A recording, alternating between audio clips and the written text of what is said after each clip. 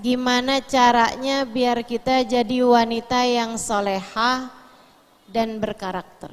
Berkarakter maksudnya berprinsip, kuat untuk memegang kebenaran-kebenaran dan selalu berada dalam kebaikan-kebaikan. Teman-teman sekalian saya muliakan, apa itu solehah? Solehah itu dari kata-kata soluha yasluhu, salahan, soluha yasluhu salahan. Artinya adalah pas, artinya adalah pantas. Misalnya saya bilang, hal yasluh hadzal hijab li, apakah kerudung ini cocok buat saya?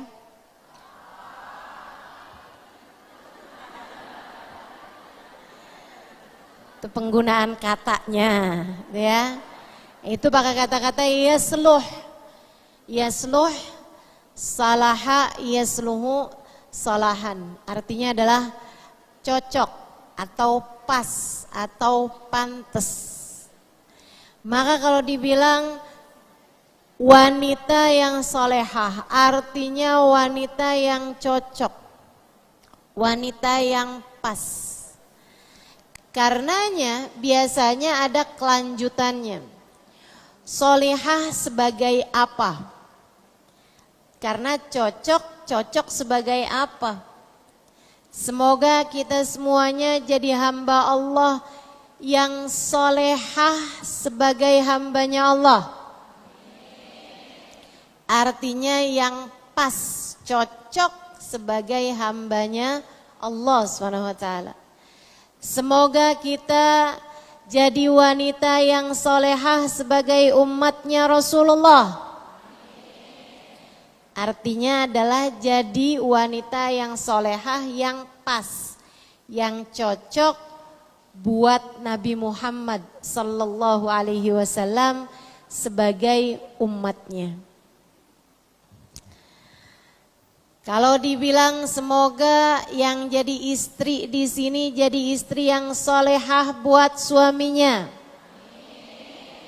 Artinya istri tersebut adalah istri yang cocok, istri yang pas buat suaminya. Semoga yang jadi ibu di sini jadi ibu yang solehah buat anak-anaknya. Artinya jadi ibu yang pas, jadi ibu yang cocok buat anak-anaknya. Itu arti kata solehah. Saudaraku sekalian yang saya muliakan, Allah Maha Agung. Maka hambanya yang cocok untuk keagungan Allah adalah hambanya yang faham keagungan Allah, kemudian ia merunduk dalam dan beribadah kepadanya. Itu cocok. Tapi kalau Allah Maha Agung, kemudian ada seorang hamba makhluk yang ia ciptakan arogan, merasa dirinya mulia, merasa dirinya agung, merasa dirinya besar dan menghina sesama makhluk-makhluk yang lain, maka hamba yang seperti ini enggak cocok buat keagungan Allah Subhanahu wa ta'ala. Allah Maha Dermawan. Maka mudah-mudahan nih kita jadi hamba yang cocok, jadi hamba yang pas, jadi hamba yang solehah buat Allah Subhanahu wa ta'ala.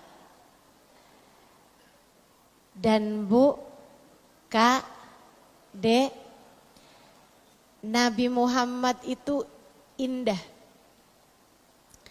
Nabi Muhammad itu mulia. Nabi Muhammad itu baik. Nabi Muhammad itu penuh sayang. Nabi Muhammad itu sabar. Nabi Muhammad itu tawakal. Nabi Muhammad itu salatnya khusyuk. Nabi Muhammad hatinya penuh cinta. Kalau kamu sebagai umatnya menjadi seseorang yang ibadahmu berantakan, jadi seseorang yang hatimu penuh dendam, jadi seseorang yang hatimu penuh kebencian dengan sesama umat Nabi Muhammad sallallahu alaihi wasallam, jadi seseorang yang naudzubillah busuk hatinya, jadi seseorang yang bukan indah, malah justru sebaliknya akhlaknya berantakan, hidupnya bergelimangan dosa, tentu enggak pas sama Nabi Muhammad. Kamu bukan umat yang solehah buat Nabi besar Muhammad sallallahu alaihi wa ala alihi wa sahbihi wasallam. Maka sekarang mau kita bahas nih. Ini kita kepengen jadi hamba Allah yang soleha, sekaligus juga yang berkarakter, memiliki prinsip-prinsip keislaman yang dia pegang dengan kuat, dengan erat. Prinsip-prinsip ini tidak mudah terkalahkan oleh siapapun. Yuk kita bahas satu-satu gimana caranya. Yang nomor 1, jadilah hamba Allah subhanahu wa ta'ala yang taat terhadap semua perintah-perintah Allah subhanahu wa ta'ala. Itu syaratnya jadi solehah. Kamu pengen jadi yang solehah, yang pas, yang cocok. Gimana cocoknya? Ikuti apa yang Allah subhanahu wa ta'ala inginkan. Allah pengen hambanya tuh yang kayak gimana gitu. Oh, sama Allah diperintahkan sholat, jangan tinggal sholat.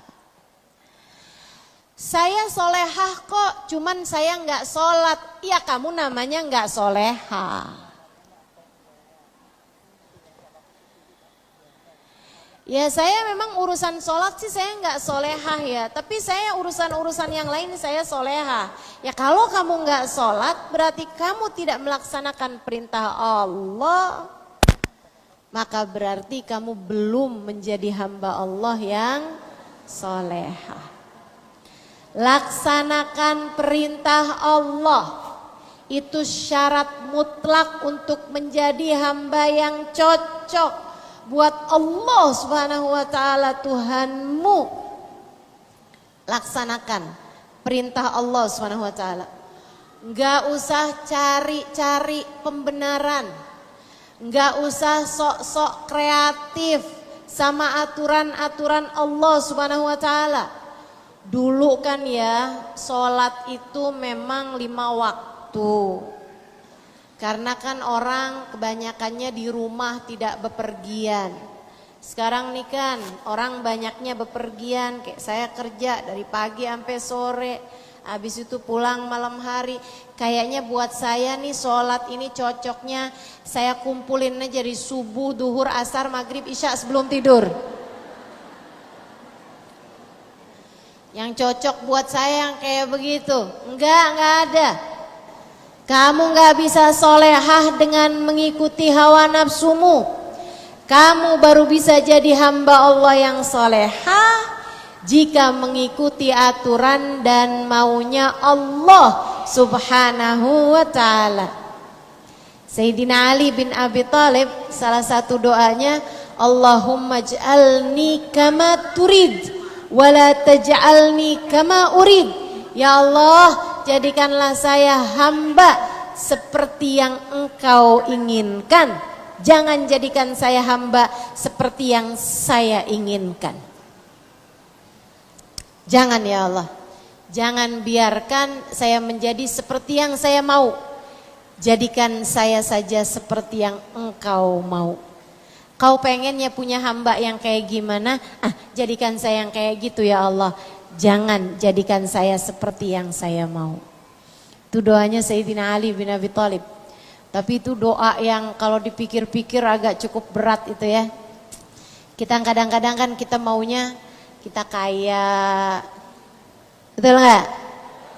Kita maunya kita dicinta, dipuja. Padahal menurut Allah kadang-kadang kamu miskin lebih baik. Kadang-kadang menurut Allah kamu dibenci orang lebih baik. Kita nggak tahu gitu, yang mana yang lebih baik buat kita. Karenanya semoga Allah menjadikan kita hambanya yang solehah, tapi dengan jalan-jalan yang menyenangkan insya Allah. Amin ya rabbal alamin. Taat ketika diperintah. Ibu-ibu, teman-teman, saudariku sekalian yang saya muliakan, kalau kamu bilang, tapi kenapa ya Ustazah taat itu berat? Enggak, taat enggak berat. Ini cuman masalah kebiasaan aja. Adik-adik, ibu-ibu, kakak-kakak, saudariku sekalian yang saya muliakan, ini cuman masalah kebiasaan kok. Kalau dihitung-hitung antara sholat 4 rakaat sama keliling pasar 1 jam, beratan mana? Capean mana? Lebih buat keringet yang mana? Lebih melelahkan yang mana? Tapi kok kenapa kita ngerasanya lebih beratan yang kita sholat ya, apalagi tahajud bangun malam. Kenapa begitu? Sekali lagi cuman masalah kebiasaan dan kesenangan. Karenanya ada ulama-ulama kita, ada orang-orang solehah di atas kita yang menjadikan kebiasaan dan kesenangan mereka dalam taat pada Allah. Baginda kita Nabi besar Muhammad nomor 1-nya yang telah mengatakan waju'ilat qurratu aini fis shalah, dijadikan hobiku dalam hidup, kesenanganku dalam hidup, hal yang paling menenteramkan hatiku dalam hidup as-shalah adalah mengerjakan sholat. Nabi Muhammad itu istirahatnya sholat. Nabi Muhammad itu apa tuh istilahnya orang zaman sekarang, me time. Kan begitu ya? Waktu saya nih sekarang, saya mau menikmati waktu saya. Kamu ngapain? Shopping? Scroll TikTok, nonton. Saudariku sekalian yang saya muliakan, Nabi Muhammad mengatakan waju'ilat qurratu aini fi shalah, dijadikan hobiku dalam hidup adalah mengerjakan sholat. Karena idza faza'ahu amrun aladza ila shalah. Nabi apabila dikejutkan dengan berita-berita buruk, Nabi Muhammad segera menuju kepada sholat, pengistirahatan hati,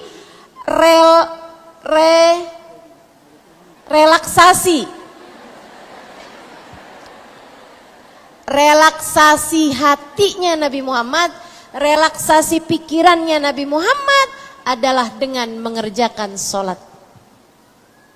Kalau dengar berita yang gak enak, Nabi segera menuju kepada sholat.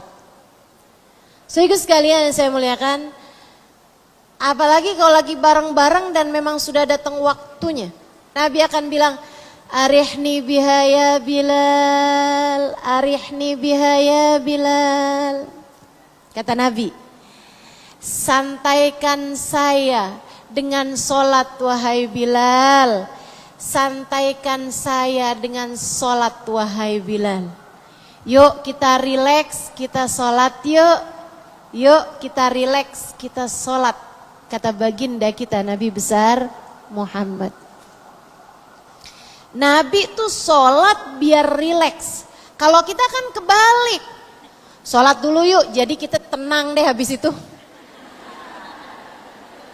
Kita udah sholat.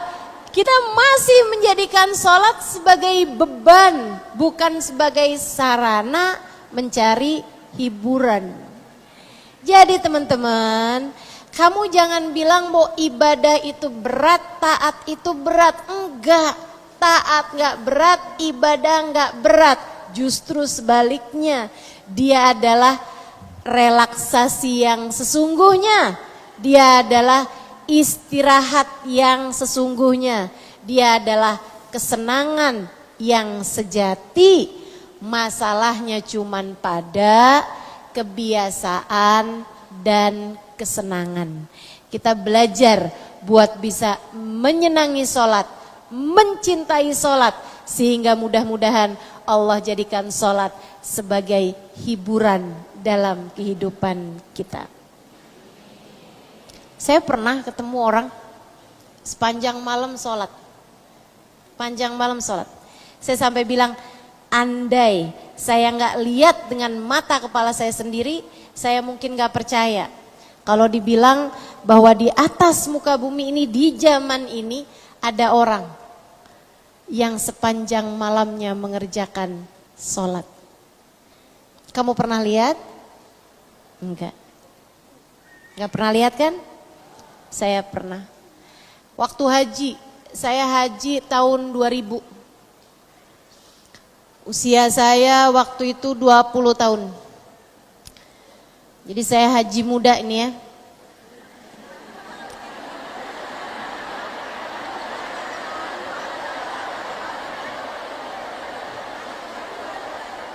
Ya tentu kalah saya. Saya tentu kalah sama yang haji 2 bulan.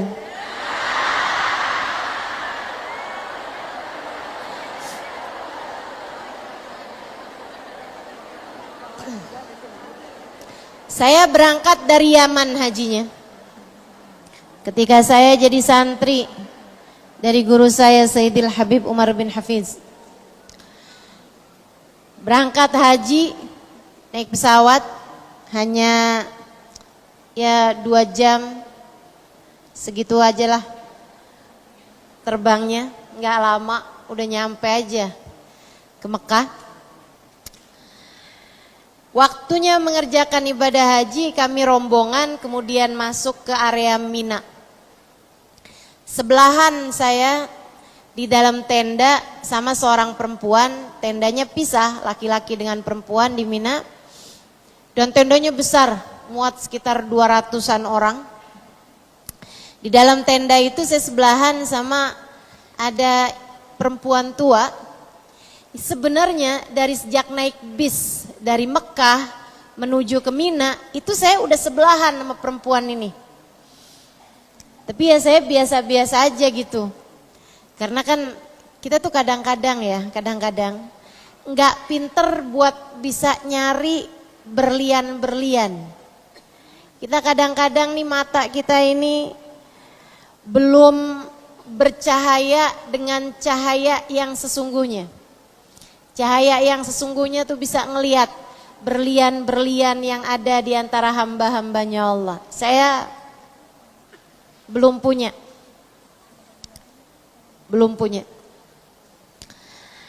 Saya sebelahan sama beliau. Sampai dengan kita di Mina, tetanggaan juga, sebelahan persis. Tempat tidur saya sama tempat tidur beliau. Berhari-hari di Mina baru saya paham, semua orang minta doa sama beliau. Semua orang minta nasihat sama beliau. Semua orang minta dibacain sama beliau, curhat sama beliau, ngadu berbagai macam permasalahan di tenda tuh kayak gilir-giliran ganti-gantian gitu. Orang kayak memanfaatkan peluang untuk bisa bicara sama beliau. Pokoknya tiap beliau santai disamperin orang, dimintain doa dan seterusnya. Saya akhirnya jadi tahu juga, waduh, ini sebelah saya bukan perempuan main-main nih. Bukan perempuan sembarangan ini. Ini berlian-berlian nih. Saya baru tuh mendekat sama beliau. Tapi saya perhatiin aja hari demi hari, malam demi malam. Pas hari yang terakhir tuh, besoknya kita pulang. Saya sampaikan kepada beliau, Hubabah, kulluhum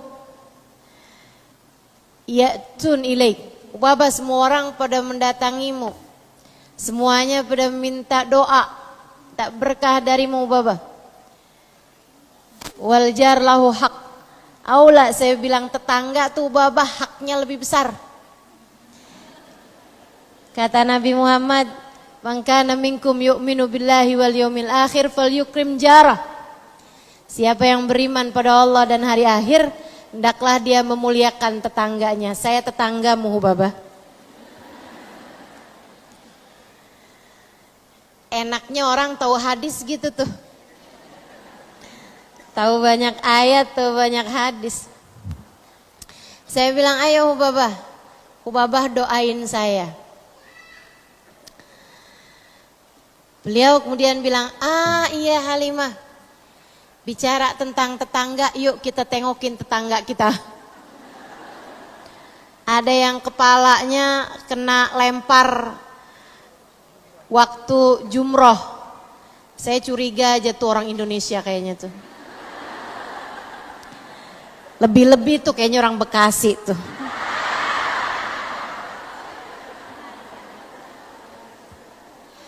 Yang waktu sebelum haji suka dibilangin sama ustadznya, lempar jumroh, lempar setan. Jadi kayaknya tuh kayak ada dendam kalau urusan lempar-lemparan. Ngambil batu disuruhnya yang segede kerikil tuh ya, ngambil yang rada gedean. Biar tahu rasa nih setan. Dia lempar sepenuh kekuatan, taunya kena kepala orang. Dia bilang, yuk Halimah kita tengokin. Saya akhirnya mau gak mau saya tengokin. Habisnya itu datang maghrib, kita sholat. Habis itu datang isya, baca-baca zikir ya. Kemudian ada kajiannya Sayyidil Habib Umar bin Hafid. Jadi kita semua mendengarkan kajian sampai malam. Habis itu kemudian makan malam. Saya nggak bisa selah waktu beliau. Sampai habis selesai beliau udah selesai makan, saya datengin lagi beliau. Hubabah, sekarang waktunya Hubabah, doain saya. Besok hari udah terakhir. Halimah, saya udah kepengen batal nih, udah makan gini nih. Nih Bu, ulama ibu-ibu sekalian, orang soleha, mereka nggak akan batalin wudhu kecuali memang bersegera wudhu kembali. Gak ada ceritanya mereka duduk berdiam diri nggak punya wudhu tuh, nggak ada ceritanya. Selalu punya wudhu. Hamba-hamba tercinta di sisi Allah, jagain wudhu mereka. Mereka baru akan batalin wudhunya yaitu di tempat yang memang mereka akan segera wudhu kembali. Saya bilang ya khair Hubabah. Jadi beliau pergi wudhu, pergi kamar mandi, habis itu wudhu, habis saya wudhu masih basah-basah. Saya bilang Hubabah sekarang.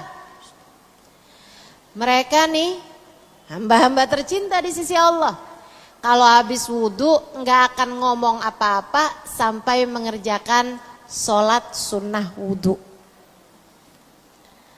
Habis beliau selesai sholat sunnah wudhu, saya bilang Hubabah sekarang. Saya nggak mau lagi ditunda nih. Saya bilang Hubabah sekarang, waktunya berbuat baik sama tetangga. Hubabah bilang, Halimah boleh nggak 2 rakaat witir? Ya masa saya bilang nggak boleh? Oke deh. Itu sholat dari berdiri baca Fatihah, saya nggak tahu yang dibaca surat apa, yang pasti bukan surat Tahanah,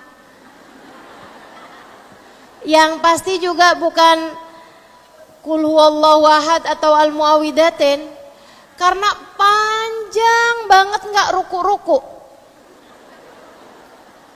Sholat lama banget ya. Saya yang asalnya duduk di sampingnya, mulai sandaran di tenda. Lama-lama sandaran mulai mulai ndlosor, ini kok lama banget, akhirnya ruku, rokaat kedua juga lama banget, saya pun ketiduran. Tapi sebelum tidur itu, saya sempet sih buka air, saya buka gitu, saya buka airnya gini, terus saya taruh aja di sampingnya Hubabah.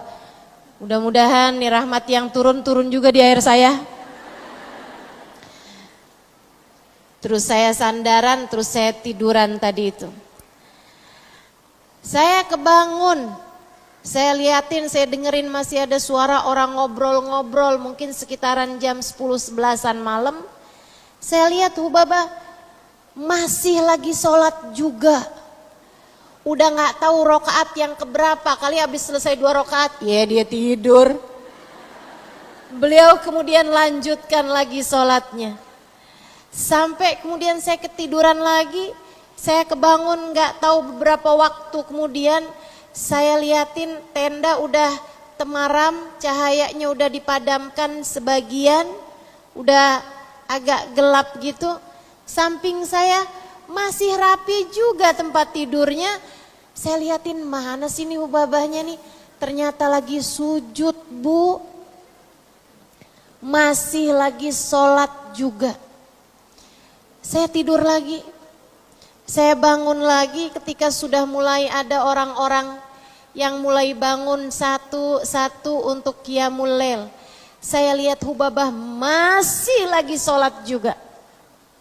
Saya ketiduran lagi, saya kemudian terbangun kayak ketika zikiran sebelum subuh mulai dikumandangkan dari tenda sebelah. Saya pun terbangun untuk wudhu kali ini, untuk sholat tahajud kali ini, dan saya lihat Hubabah masih sedang sholat juga. Saya sampai sekarang masih ingat raut wajah beliau yang saya lihat dalam temaram tenda kala itu.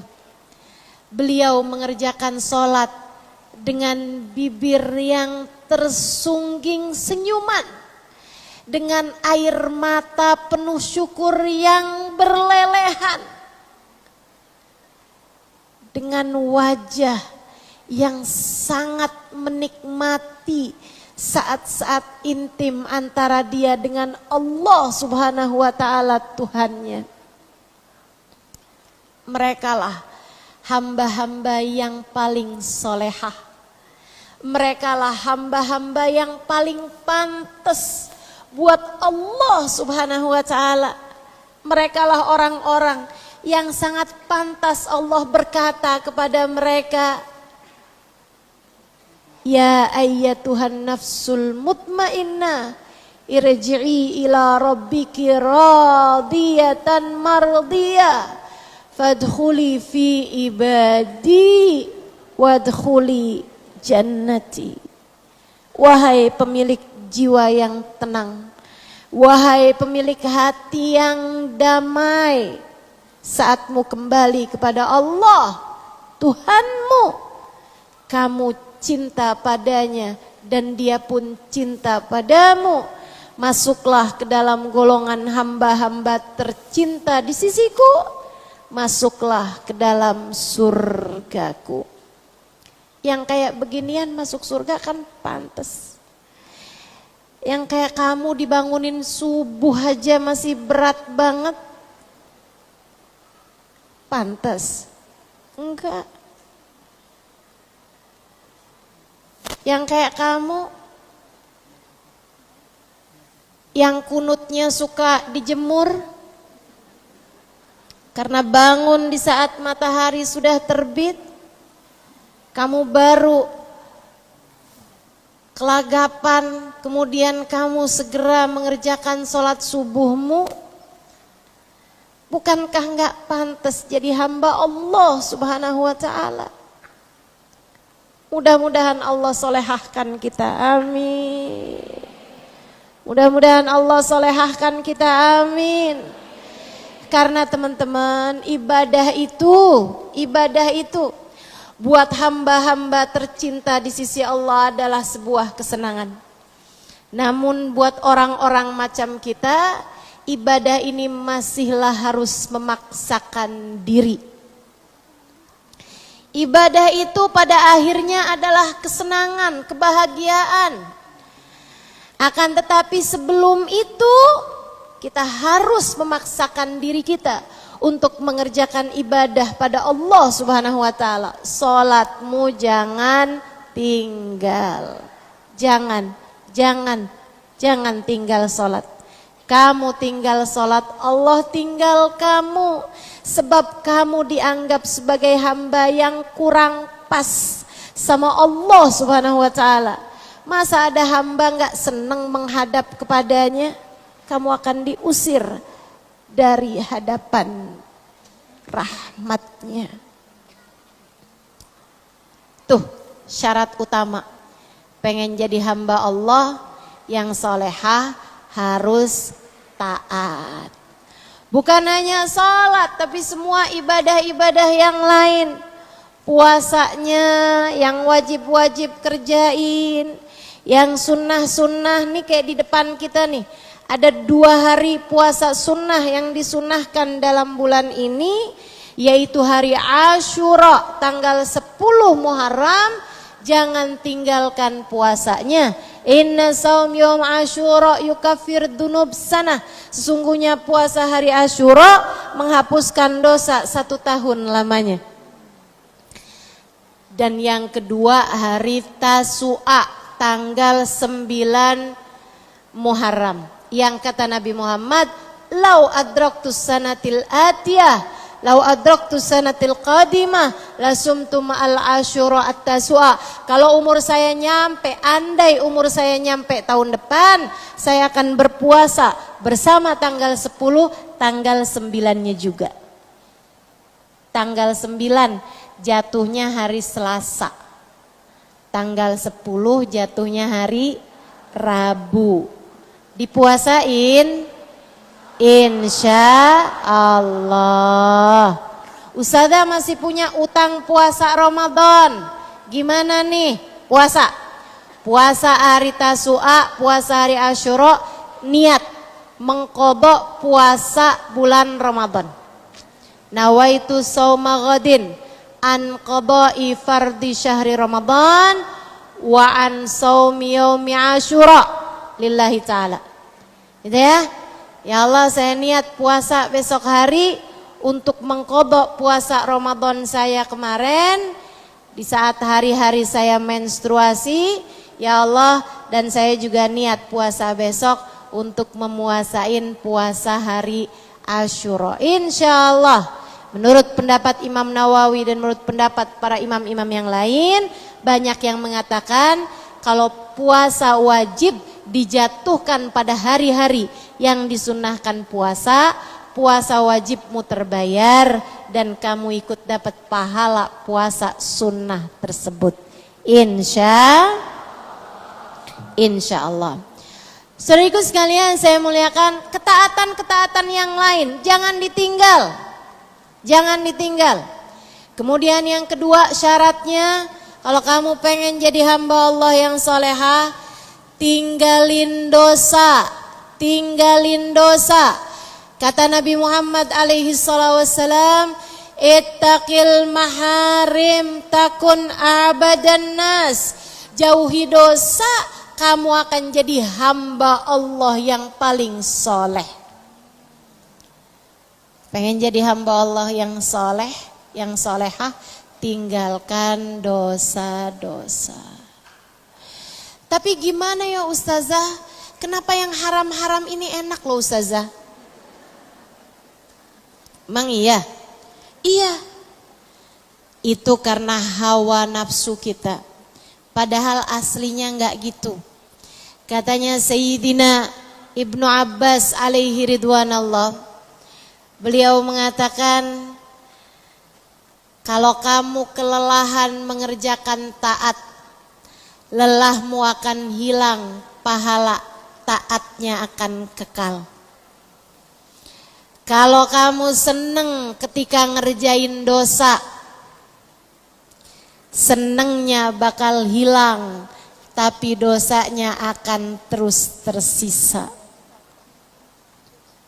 itu? Menurut para ulama, kesenangan yang kamu dapatkan saat mengerjakan dosa itu hakikatnya bukan kesenangan sejati. Kata guru saya Habib Umar, itu tuh kayak nyiramin parfum ke atas bangkainya tikus. Ini ada tempat nih bau bangkai, ada tikus di situ. Gimana caranya nih biar bau bangkai tikusnya itu hilang? Oh, siramin parfum. Siraminlah parfum. Ibu-ibu sekalian, bau parfumnya bentaran lagi juga hilang. Habisnya itu bau wangi atau bau busuk? Bau busuk karena bangkainya nggak pergi. Demikian pula dengan kalau kamu lagi sumpek hati, kemudian kamu bilang, saya mau bikin dosa. Saya mau pacaran. Teh adik-adik jomblo nih. Sumpek banget hati saya mau pacaran. Pacaran sampai kebablasan, nauzubillah. Nauzubillah. Sampai terjerumus kepada zina. Senang saat itu. Rasanya kayak berbunga-bunga. Apalagi si cowok itu bilang, nggak ada perempuan yang menarik selain dirimu. Yang lain kayaknya mendorong nih ya. Kayak tulisan di pintunya Indomaret, tarik mendorong. Dunia hanya milik kita berdua.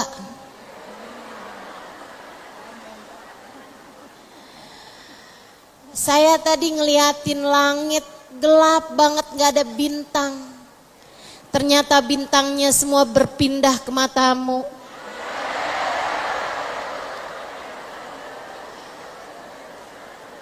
Kamu merasa berbunga-bunga. Kamu merasa kayak lagi ada di surga.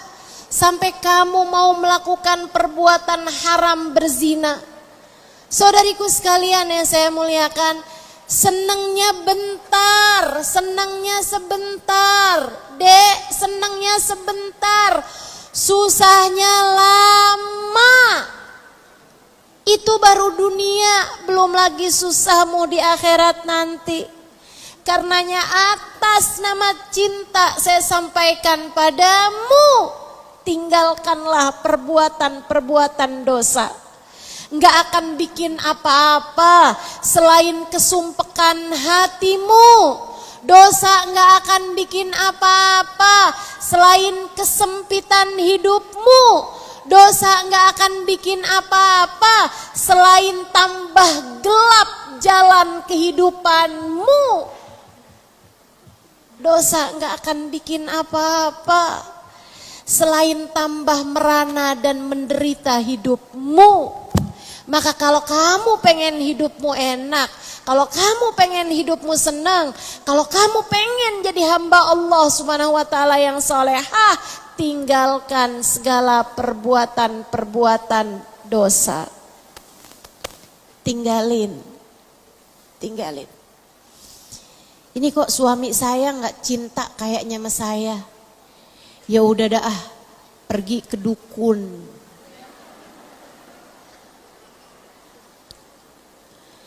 Cinta ditolak.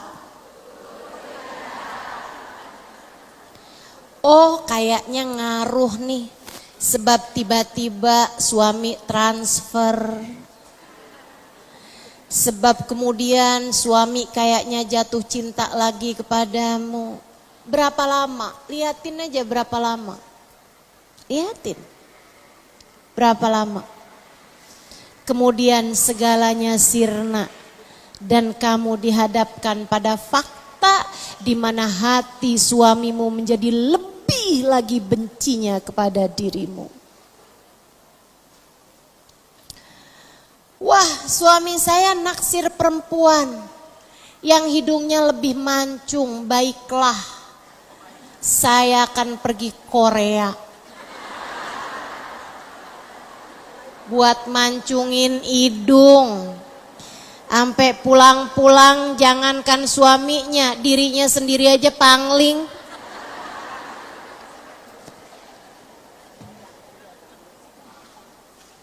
Kamu senang? Senang saya ustazah, hidung saya udah mancung.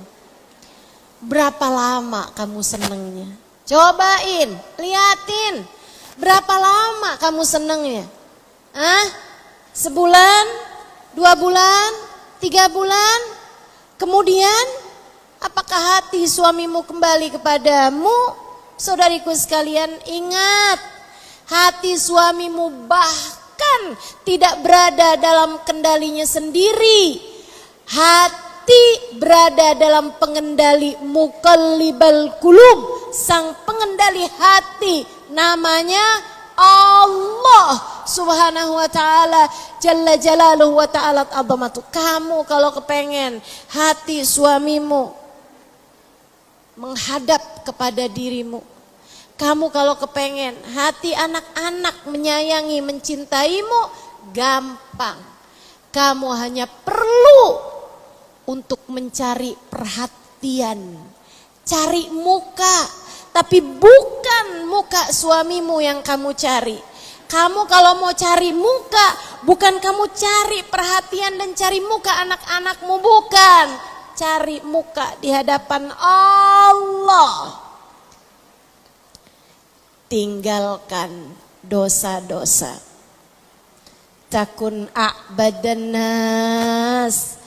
Allah kalau ngeliat orang ninggalin dosa, katanya Allah, ya Allah, hambaku ini sebenarnya kepengen banget buat ngerjain perbuatan dosa, tapi dia tahan karena takut kepadaku. Karena dia takut aku murka padaku. Wahai hambaku, kemarilah, aku akan ridho padamu. Saudaraku sekalian, dalam hadis Nabi Muhammad SAW mengatakan, Innan nadar sahmun masmum min sihamil iblisil marjum. Sesungguhnya memandang kepada yang bukan mahramnya, memandang kepada laki-laki dengan perasaan penuh rasa suka, penuh rasa syahwat, penuh keinginan. Cakep banget, ya ampun. Kamu pacaran misalnya, atau kamu sudah punya pasangan tapi kamu tertarik dengan lelaki yang lain misalnya.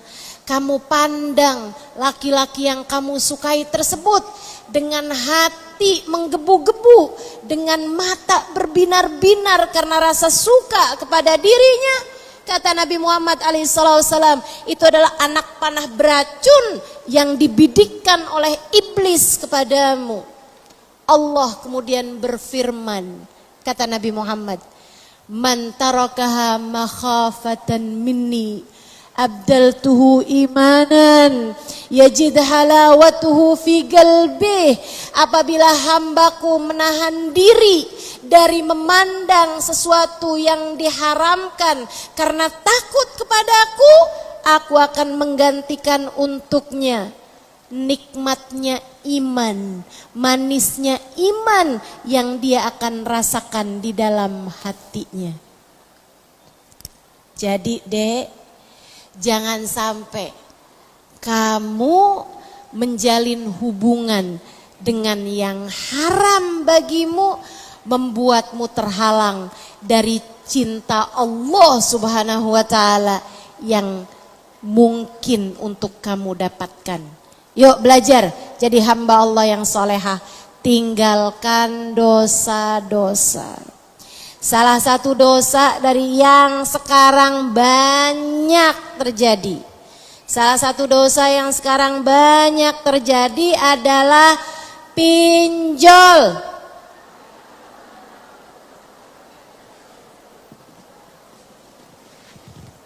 Pinjol sama judi online. Kabarnya banyak emak-emak juga pada main slot.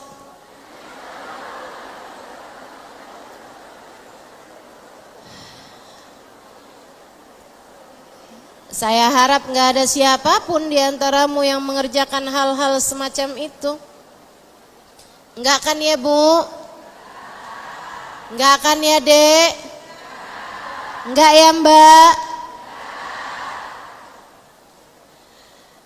Dari kepengennya punya HP kayak yang dipunyain sama iparnya, sampai kemudian dia pinjem uang di pinjaman online, habis itu enggak bisa bayar, habis itu ada muncul iklan untuk judi, dia pun kemudian masukkan uang dengan pinjaman online, dia judikan, akhirnya kemudian malah habis-habisan. Hati-hati, riba pinjaman online itu, ibu-ibu sekalian, pinjaman yang punya riba, yang ada ribanya, ada bunganya. Kata Nabi Muhammad, la'anallah akilur riba wa mukilah wa katibah wa syahidah. Allah Subhanahu wa taala melaknat orang yang makan uang riba, yang dikasih makan uang riba, yang pinjem sama yang minjemin, sama-sama dilaknat Allah Subhanahu wa taala. Wa katibah, bahkan yang nulis adminnya dilaknat Allah Subhanahu wa taala.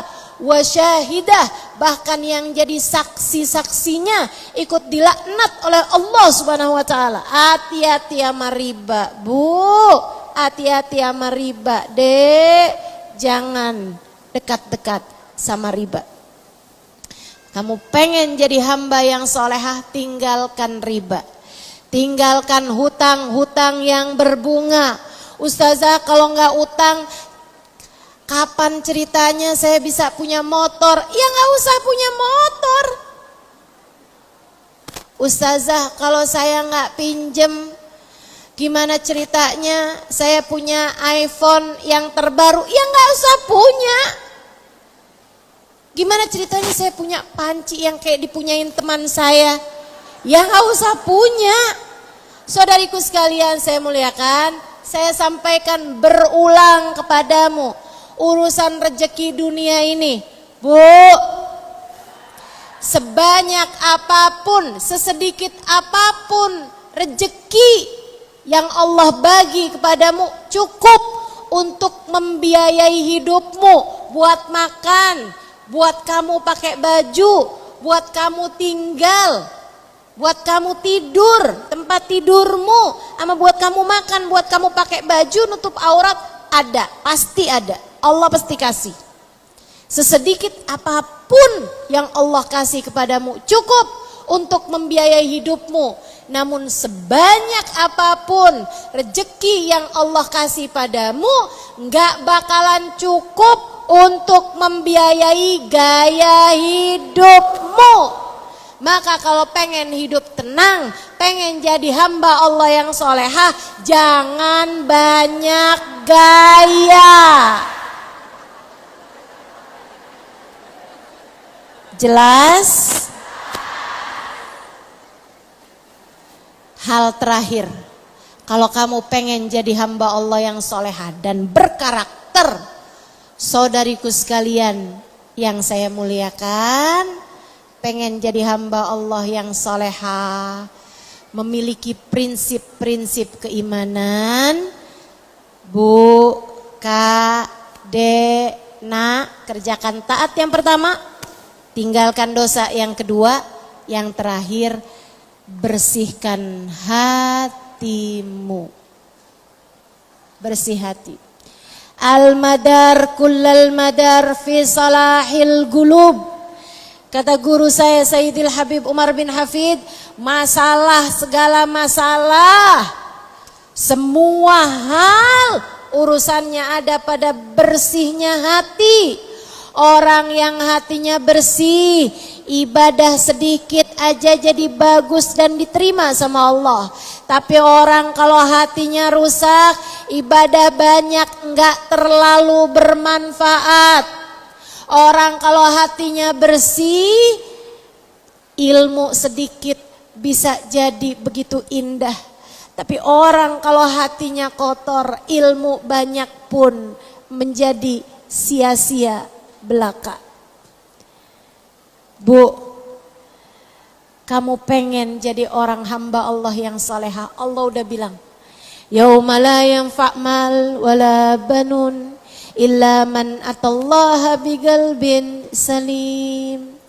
Dengan lisan Sayyidina Ibrahim Al-Khalil, Allah sampaikan dalam Al-Quran, di akhirat nanti, yauma la yanfa' mal wala banun. Ucapannya Nabi Allah Ibrahim, Rabbi la tukhzini yauma yub'atsun yauma la yanfa' mal wala banun illa man atallaha biqalbin salim. Kata Nabi Ibrahim, ya Allah, jangan pernah kecewakan aku di hari akhirat nanti, pada hari di mana tidak bermanfaat orang bawa anak, tidak bermanfaat orang bawa harta, yang bermanfaat adalah orang yang datang pada Allah dengan bawa hati yang bersih, dengan bawa hati yang selamat. Bu, yang manfaat bahkan bukan orang yang bawa ibadah yang banyak, yang manfaat bahkan bukan orang yang bawa ilmu yang banyak, apalagi harta yang banyak, apalagi pengikut yang banyak, apalagi anak yang banyak, apalagi followers yang banyak. Enggak manfaat. Enggak manfaat. Yang manfaat adalah orang yang datang pada Allah dengan bawa hati yang selamat. Allah kayak lagi mau bilang, yang paling aku inginkan darimu adalah hatimu. Datanglah padaku dengan bersihnya hati, maka aku akan menerimamu. Ingat selalu pesan Nabi kita Muhammad sallallahu alaihi wasallam kepada Sayyidina Anas bin Malik. Kata beliau, ya gulam, wahai pemuda, wahai anakku, berusahalah agar dari pagi harimu sampai malam harimu di hatimu tidak memiliki kebencian terhadap siapapun. Nah, usahakan dari sejak kamu melek mata pagi hari sampai kamu tidur kembali di malam hari, hatimu tidak memiliki kebencian terhadap siapapun. Usahakanlah hal itu agar itu menjadi sebab keberhasilan kita, kekuatan kita, diterimanya kita di sisi Allah Subhanahu wa taala jalla jalaluhu wa ta'ala azamatuh. Maka yuk kita belajar untuk menerapkan ketiga hal tersebut. Jadi hamba Allah yang taat sambil terus bilang Rabbana taqabbal minna innaka antas samiul alim wa tub alaina innaka antat tawwabur rahim. Ya Allah, terimalah apa yang sudah kami lakukan dari kebaikan ini ya Allah. Sebab kebaikan sebesar apapun gak ada manfaatnya kalau gak diterima sama Allah. Tapi sebaliknya, kebaikan sekecil apapun jika diterima Allah Subhanahu wa taala akan sangat besar manfaatnya bagi diri kita semuanya. Kerjakan taat. Kerjakan taat. Yang kedua, tinggalkan dosa. Walaupun kelihatannya manis kayak apapun, tinggalin dosa. Tinggalin dosa. Kelihatannya manis kayak apapun, tinggalin dosa. Tinggalin dosa. Kemudian yang ketiganya, bersihkan hati. Jika ketiga hal itu ada dalam dirimu, kamu layak untuk mendapatkan predikat hamba Allah yang salehah. Dan kamu sudah memiliki prinsip-prinsip sebagai hamba Allah Subhanahu wa taala yang salehah. Orang boleh bikin apa saja kepadamu, akan tetapi tetap jagalah hatimu untuk tidak membenci siapapun. Insya Allah. Rabbana taqabbal minna innaka antas samiul alim wa tub alaina innaka antat tawwabur rahim. Bifadli subhana rabbika rabbil izzati amma yasifun wa salamun alal mursalin walhamdulillahi rabbil alamin. Kita baca suratul Fatihah, kita minta kepada Allah semoga ilmu yang kita dapat meskipun sedikit ini dapat menjadi ilmu yang bermanfaat dalam kehidupan kita. Ilmu yang bisa jadi cahaya. Ilmu yang tak hanya didengar telinga kiri, Telinga kanan masuk, kemudian keluar telinga kiri, tapi menjadi ilmu yang kita simak dengan kedua telinga kita. Kita cerna dengan pikiran kita ingat-ingat dengan pikiran kita, kemudian Allah turunkan jadi cahaya yang memandu langkah kehidupan kita. Semoga langkah kehidupan kita terus-terusan dalam bimbingannya insya Allah. Saya doakan, saya serius mendoakanmu teman-teman. Saya serius mendoakanmu. Saya tahu rasanya kesulitan mengerjakan ketaatan. Saya tahu rasanya ketika berat untuk meninggalkan dosa-dosa. Saya tahu rasanya ketika sulit hati untuk bisa menata agar tidak benci kepada siapapun. Saya tahu rasanya. Sebab sama seperti dirimu juga. Saya adalah hamba yang sedang berusaha untuk semoga menjadi solehah. Karenanya saya mendoakanmu.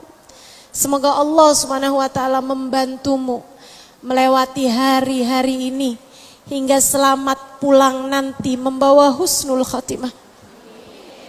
Saya mendoakanmu semoga Allah SWT memberi kemudahan padamu menjalani ketaatan. Semoga Allah memberikan kemudahan padamu meninggalkan dosa-dosa. Semoga Allah memberikan kemudahan pada hatimu untuk tidak membenci siapapun, untuk memaafkan siapapun yang telah berbuat salah kepadamu. Saya minta kepada Allah, semoga Allah senantiasa memandang kalian semua dengan pandangan kasih sayangnya. Dan semoga menjadikan kita semua hamba-hambanya yang salehah. Ala hadhihi niyah wa bikulli niyatin salihah jami'ah syamilah ila hadratin Nabi Muhammad sallallahu alaihi wa ala alihi wa sahbihi wasallam. Al-Fatihah.